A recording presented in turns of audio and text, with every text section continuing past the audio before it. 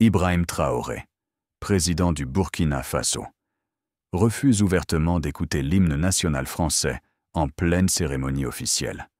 Un geste provocateur, inédit et controversé.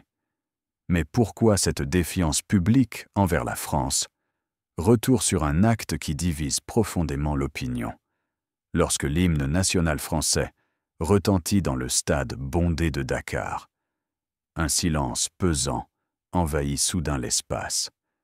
50 000 spectateurs, figés, ont le regard rivé sur une silhouette immobile au cœur de la tribune officielle, Ibrahim Traoré, président du Burkina Faso. Sans prononcer un mot, Traoré se lève lentement. Son visage, calme mais déterminé, révèle l'intensité d'un moment soigneusement préparé. Chacun de ses gestes traduit une résolution absolue. Puis, brusquement, il tourne le dos à l'hymne français. Un geste clair, définitif, empreint d'une dignité saisissante. Le public, d'abord stupéfait, comprend instantanément le sens profond de cet acte silencieux. Sans directive apparente, les rangées entières du stade commencent à se retourner, l'une après l'autre, comme une vague silencieuse défiant l'ordre établi. Aucun cri, aucun slogan, seulement l'expression collective d'un peuple décidé à dire non à un héritage colonial encore bien vivant. Les caméras internationales captent cet instant historique avec un mélange de fascination et d'inquiétude dans les loges officielles. La déléguée française tente désespérément de masquer son trouble. Elle sait qu'en ce jour, dans ce stade, quelque chose vient irrémédiablement de changer. Traoré, immobile, ressent profondément le poids de l'histoire. Ce geste n'est pas une provocation gratuite, mais une affirmation puissante et digne d'une souveraineté retrouvée. En tournant le dos à cet hymne, il fait face à l'avenir de toute une génération prête à reconquérir sa dignité. Quelques secondes après le geste historique du président Traoré, l'agitation silencieuse traverse les loges officielles. Les représentants français échangent des regards tendus, perdus dans un mélange de confusion et d'indignation maîtrisée. La diffusion télévisée internationale, brutalement interrompue pendant quelques instants, revient précipitamment à l'antenne. Les commentateurs, visiblement perturbés, peinent à trouver leurs mots. Sur les réseaux sociaux, l'événement se propage déjà à une vitesse fulgurante. Les images du stade de Dakar tournent en boucle, accompagnées d'interrogations fiévreuses. Que vient-il de se passer au Sénégal? Pourquoi tout un stade tourne-t-il le dos à la France? Les hashtags explosent, dos à la France. Silence digne, révolte silencieuse, dans le stade. Ibrahim Traoré demeure immobile, impassible. Il semble absorber l'intensité du moment. Il sait que ce match n'aura jamais lieu. Ce n'était jamais une rencontre sportive, mais un rendez-vous avec l'histoire. Simultanément, dans les coulisses du journalisme d'investigation, plusieurs rédactions reçoivent un mystérieux dossier signé des initiales IT à l'intérieur. Des preuves accablantes sur les accords secrets, injustes et abusifs imposés par la France à plusieurs pays africains depuis des décennies. La vérité, longtemps cachée sous des discours diplomatiques, commence enfin à remonter à la surface. Ce jour-là, à Dakar, une partie invisible vient de se jouer. Ce n'est pas une victoire sportive qui est en jeu, mais celle d'une nation qui reprend silencieusement les rênes de son destin. 3 mois avant le geste marquant de Dakar, les premières ombres d'un changement imminent commençaient à planer sur Ouagadougou, capitale du Burkina Faso. Aucun discours officiel, aucune annonce spectaculaire. Mais des indices subtils surgissaient un peu partout. Les observateurs attentifs avaient rapidement compris que quelque chose se préparait. Des réunions bilatérales prévues avec des émissaires français furent brusquement annulées, sans motif précis, sans justification officielle. L'administration Traoré restait silencieuse, imperturbable. Les diplomates français, habitués à un certain confort protocolaire, se heurtaient désormais à des portes closes et des sourires polis mais fermes. Puis vint le tour des entreprises minières françaises, jusque-là toutes puissantes dans la région. Du jour au lendemain, plusieurs visas furent refusés à des dirigeants d'entreprises réputés. Ces derniers, surpris par cette hostilité soudaine, cherchèrent des réponses, en vain. La machine bien huilée de l'influence française semblait s'enrayer doucement, sans éclat, presque naturellement, au même moment. À la télévision nationale burkinabé, des documentaires historiques apparaissaient régulièrement, mettant en lumière des chapitres douloureux du passé colonial. Sans agressivité, sans accusation directe, ces émissions interpellaient doucement les consciences. Elles posaient des questions dérangeantes. Longtemps ignorées, jusqu'à quand accepterons-nous d'être maîtres de notre terre uniquement sur le papier? Ces éléments isolés semblaient déconnectés, mais ils formaient en réalité les pièces précises d'un puzzle soigneusement conçu. Derrière ce changement discret mais déterminé, une stratégie silencieuse était à l'œuvre. Ibrahim Traoré avait amorcé un processus irréversible, plaçant lentement les fondations d'un nouveau récit national. Un récit dans lequel son peuple serait enfin libre de décider de son destin, alors que le Burkina Faso menait silencieusement sa révolution discrète. Une figure clé apparut soudainement dans le paysage politique régional, Mariam Konaté. Jeune avocate malienne au parcours brillant, elle venait tout juste de rentrer d'une mission à La Haye, où elle avait acquis une réputation solide dans les milieux du droit international. Personne ne connaissait précisément le lien entre elle et le président Traoré. Mais leur rencontre, tenue secrète pendant plusieurs semaines, avait tout changé. Mariam, au regard perçant et au calme déterminé, devint rapidement le pivot juridique d'une stratégie complexe. Elle travaillait jour et nuit, entourée d'une petite équipe de jeunes juristes africains, dans un bureau discret d'Ouagadougou. Leur mission décortiquait méthodiquement chaque traité signé par la France avec les anciennes colonies africaines. Des accords injustes, aux clauses obscures, souvent jamais renégociés depuis l'indépendance. Chaque soir, Mariam restait tard, éclairée par la lumière d'une lampe unique. Son esprit se concentrait sur les documents empilés devant elle, contrats miniers, accords militaires, traités économiques. Elle savait précisément pourquoi elle était là. Le souvenir de son père, mort dans une embuscade lors d'un conflit alimenté par des intérêts étrangers, lui rappelait constamment l'importance vitale de sa mission. Elle comprenait parfaitement que le combat ne serait pas gagné par les armes, mais par la force de l'argumentation et de la loi.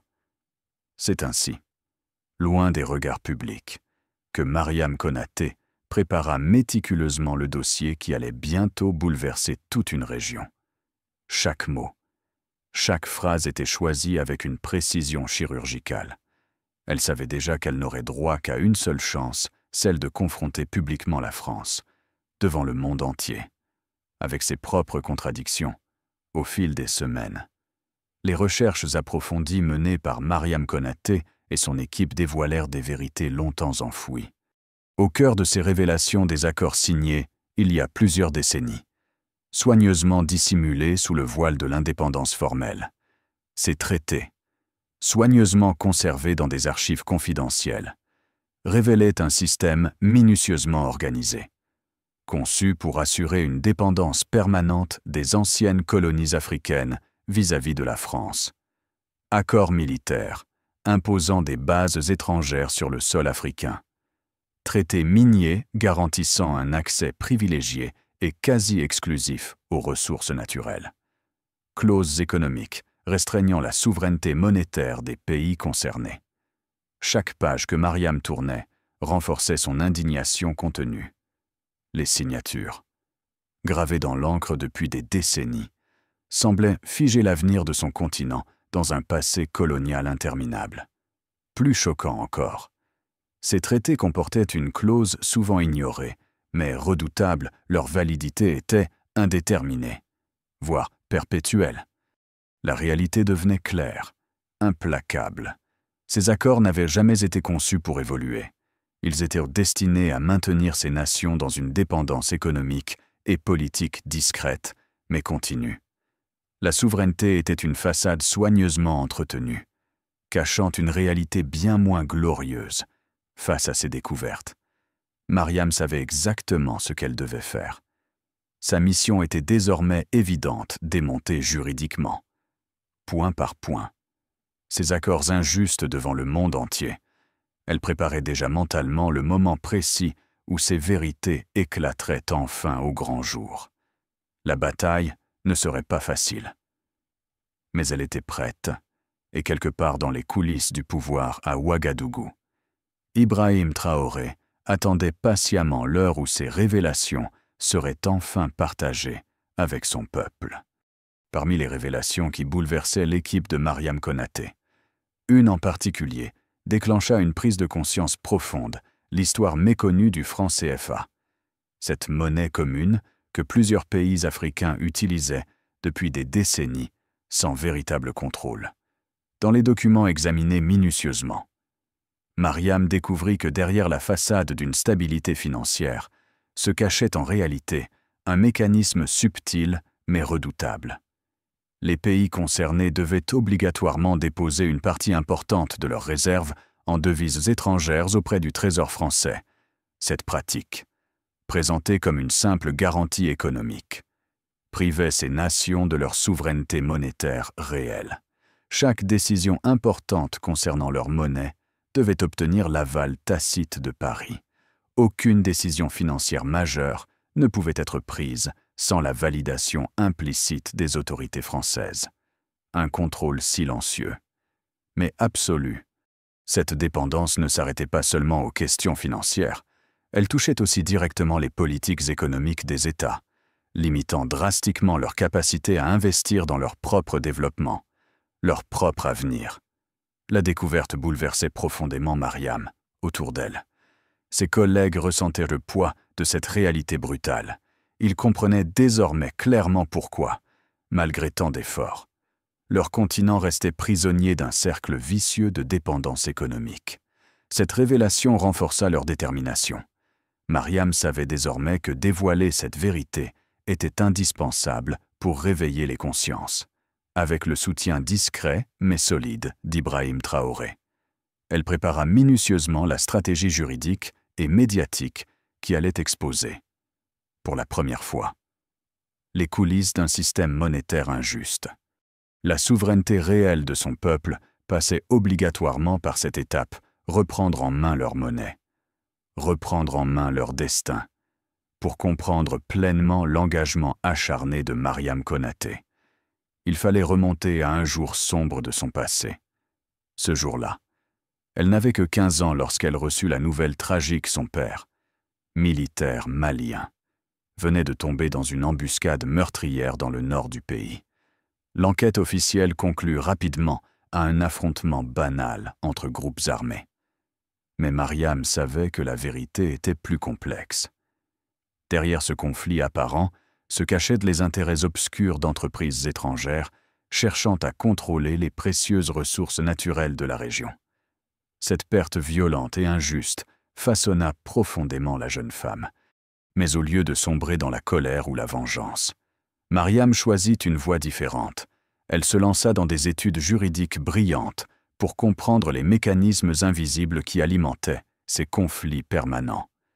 Chaque victoire juridique, chaque révélation documentaire. Elle les considérait comme un hommage silencieux à la mémoire de son père disparu. Son combat actuel aux côtés d'Ibrahim Traoré dépassait largement le cadre personnel. C'était une lutte pour tous ceux dont les voix avaient été réduites au silence par l'injustice et l'avidité. À mesure que la confrontation approchait, Mariam Konaté redoublait d'efforts. La jeune avocate savait parfaitement que cette opportunité, unique et risquée, ne lui serait offerte qu'une seule fois. Jour après jour, nuit après nuit, elle affinait méthodiquement chaque argument juridique, chaque document, chaque preuve, chaque page. Chaque phrase devenait une arme destinée à dévoiler au grand jour les contradictions et les injustices soigneusement dissimulées par des décennies de diplomatie opaque. Dans l'ombre, Ibrahim Traoré lui apportait son soutien discret mais déterminant. Leur stratégie était simple, mais audacieuse, provoquer une confrontation publique. Non pas violente, mais juridique et morale. Ce moment précis aurait lieu devant des millions de spectateurs internationaux. Pendant un événement censé symboliser l'amitié franco-africaine, le piège était prêt. Aucun mot ne serait gaspillé, aucune preuve négligée. Mariam savait qu'une fois lancée, cette bataille juridique aurait des répercussions incalculables. Ce serait un point de bascule historique. L'instant où l'Afrique pourrait enfin regarder son passé en face pour reconquérir pleinement son avenir. Le parcours d'Ibrahim Traoré avait longtemps été une énigme pour ses proches et ses adversaires. Derrière sa silhouette imposante et silencieuse se cachait en réalité une histoire profondément inattendue. Des années auparavant, Traoré était un jeune officier prometteur, soigneusement choisi par la France pour intégrer une prestigieuse école militaire près de Paris. Ses instructeurs français voyaient en lui un futur garant de leurs intérêts dans la région. Un allié fiable formé pour perpétuer subtilement leur influence. Durant cette période, Traoré fut exposé aux coulisses du pouvoir. Il observa en silence comment les stratégies économiques et militaires étaient façonnées pour maintenir subtilement les anciennes colonies dans une dépendance permanente. Mais, au lieu d'adhérer à ce rôle assigné, Ibrahim Traoré fit un choix radical. Un soir, sans prévenir personne, il disparut complètement. Pendant près de 2 ans, personne ne sut où il était parti, ni ce qu'il faisait. En réalité, durant cette période obscure, il avait minutieusement collecté et sauvegardé des documents sensibles, révélant clairement les stratégies secrètes utilisées pour affaiblir la souveraineté africaine. Ce qu'il avait découvert à Paris transforma totalement sa vision du monde.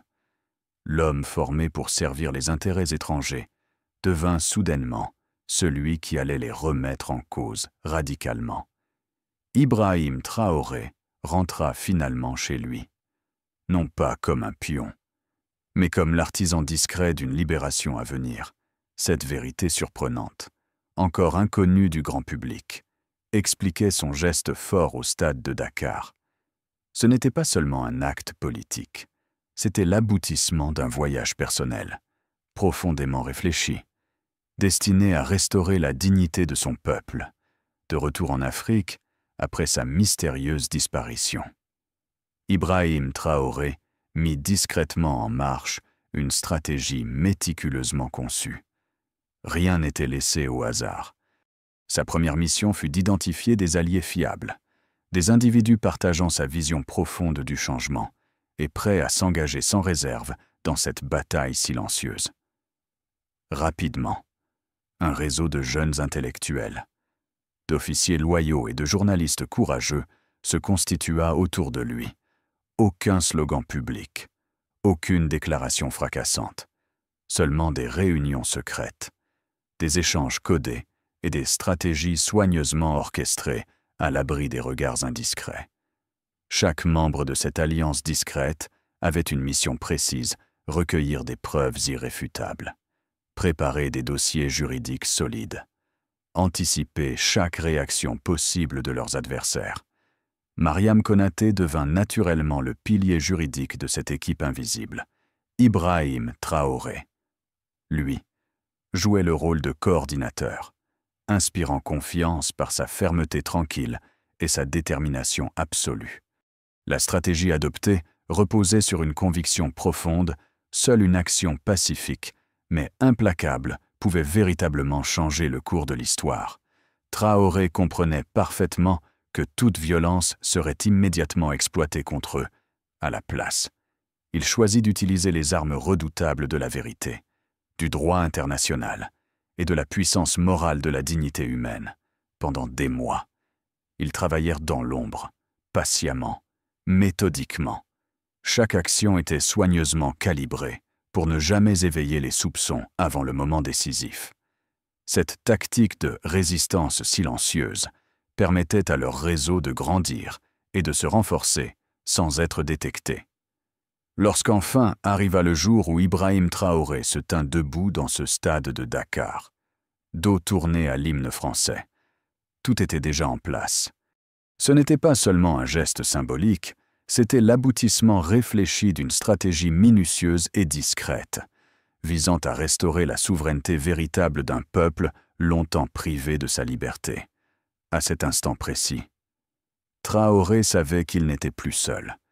Derrière lui se tenait une alliance silencieuse mais déterminée, prête à défendre jusqu'au bout la vérité et l'avenir du continent. Le stade de Dakar était toujours plongé dans un silence absolu lorsque soudain, les écrans géants installés autour du terrain s'allumèrent. Personne n'avait anticipé ce moment précis. Des images, d'abord floues, puis progressivement plus nettes, commencèrent à défiler sous les yeux de la foule abasourdie. On y voyait clairement des scènes historiques, soigneusement documentées, mais longtemps cachées du public des hommes, des femmes, des enfants africains contraints au travail forcé, sous l'autorité directe de l'administration coloniale française. Les spectateurs retenaient leur souffle. Les images étaient crues, implacables. Elles révélaient des décennies d'exploitation systématique, des ressources naturelles pillées sans vergogne, et surtout, des portraits de dirigeants africains, assassinés ou mystérieusement disparus après avoir tenté de remettre en cause cet ordre injuste. Ibrahim Traoré restait immobile, son visage impassible tourné vers la foule. Il n'avait pas besoin de prononcer un mot. Les images parlaient pour lui, avec une clarté brutale et sans équivoque. Puis, une voix calme et posée, celle de Mariam Konaté, résonna clairement dans tout le stade, accompagnant les images comme une vérité longtemps retenue. Nous n'avons pas besoin d'excuses. Nous avons besoin de liberté.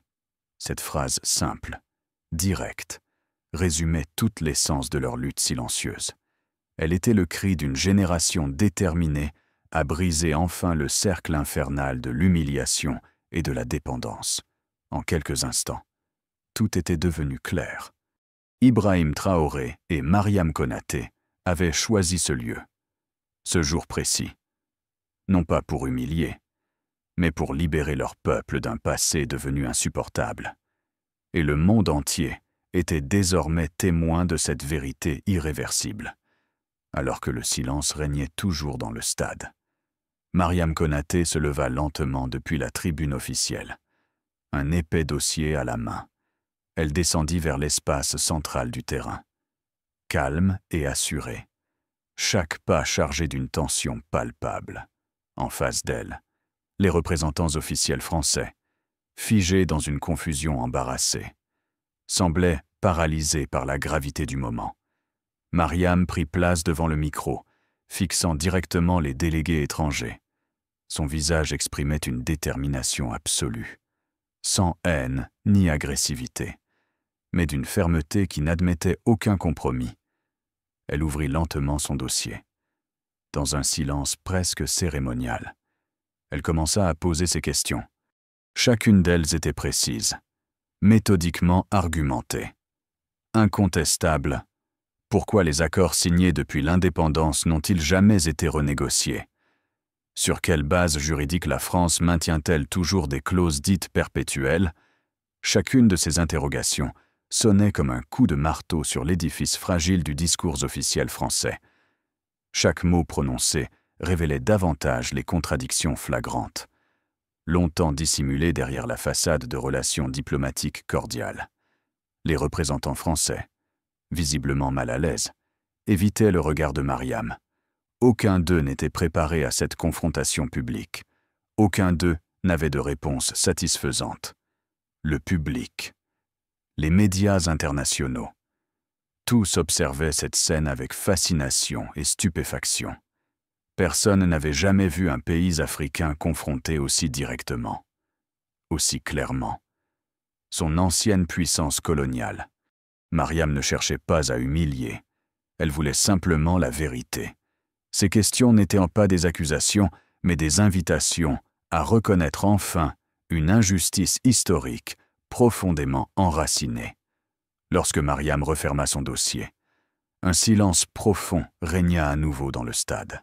Ce silence n'était plus celui de la soumission, mais celui d'un peuple conscient désormais de sa dignité retrouvée. Ce jour-là, Mariam Konaté venait d'offrir à son pays, et à toute l'Afrique, la plus puissante des armes, celle du courage tranquille, celle de la vérité assumée. Et face à cette arme-là, la France n'avait d'autre choix que celui du silence. Les heures qui suivirent cette confrontation historique furent étrangement calmes. Aucun communiqué officiel immédiat ne vint troubler ce silence presque irréel. Pourtant, dans les coulisses diplomatiques, l'atmosphère était électrique. La France, déconcertée par la révélation publique de ces vérités embarrassantes, comprit vite qu'elle était confrontée à une réalité impossible à ignorer. Les diplomates français reçurent l'ordre clair mais discret de quitter rapidement le Burkina Faso, en moins de 72 heures, dans une discrétion totale et sans aucune annonce publique. La France évacua ses derniers soldats, ferma ses bureaux militaires et suspendit temporairement ses activités économiques majeures sur le territoire burkinabé. Aucun discours, aucune déclaration officielle, seulement des camions, des avions et des valises quittant silencieusement le sol africain. Ce retrait inattendu et silencieux ne fut pas interprété comme une victoire triomphale, mais comme une reconnaissance tacite d'une vérité désormais exposée au grand jour. Ibrahim Traoré n'avait pas cherché l'humiliation. Il avait simplement exigé, avec une dignité tranquille, la reconnaissance pleine et entière de la souveraineté de son peuple. Ce départ discret résonna bien au-delà du Burkina Faso, dans d'autres capitales africaines. Ce geste fut perçu comme une preuve puissante que l'on pouvait désormais contester ouvertement les injustices historiques sans avoir à craindre les représailles violentes ou économiques. Ce silence, en définitive, devenait la meilleure réponse que la France pouvait offrir face à une vérité enfin assumée. Les semaines suivantes, Ibrahim Traoré se fit discret, laissant le silence prolonger naturellement la portée de son geste. Pourtant, partout en Afrique, ce silence continuait de résonner fortement. Un écho discret mais puissant commença à se propager, touchant les esprits et réveillant les consciences. Plusieurs pays voisins, inspirés par cette prise de position ferme mais digne, commencèrent eux aussi à remettre en question publiquement les accords injustes hérités de leur passé colonial. Des débats passionnés surgirent à travers tout le continent, mais toujours guidés par la dignité et le calme instaurés par Ibrahim Traoré et Mariam Konaté. Un soir, Traoré accepta finalement de rencontrer un groupe d'étudiants venus lui témoigner leur admiration. Devant eux, il prononça une seule phrase. Simple, mais profondément chargée de sens. Nous ne tournons pas le dos aux hommes. Nous tournons simplement le dos au silence. Ces mots circulèrent aussitôt sur les réseaux sociaux, dans les journaux, à la télévision. Ils devinrent rapidement le symbole d'une Afrique nouvelle, déterminée à reprendre possession de son histoire et de son avenir. Le message d'Ibrahim Traoré était clair. Il ne s'agissait pas d'une rupture avec le monde, mais d'une reconquête sereine et assumée de la dignité collective. Cette phrase devint rapidement le slogan d'un mouvement pacifique, mais irréversible, marquant définitivement une génération prête à réécrire son histoire. Merci à tous d'avoir regardé cette vidéo. N'hésitez pas à me dire en commentaire ce que vous pensez de cette histoire. Pensez à aimer la vidéo et à vous abonner pour découvrir d'autres contenus passionnants sur ma chaîne. N'oubliez pas de liker, de commenter et de vous abonner pour d'autres histoires inspirantes de développement personnel et d'autonomisation.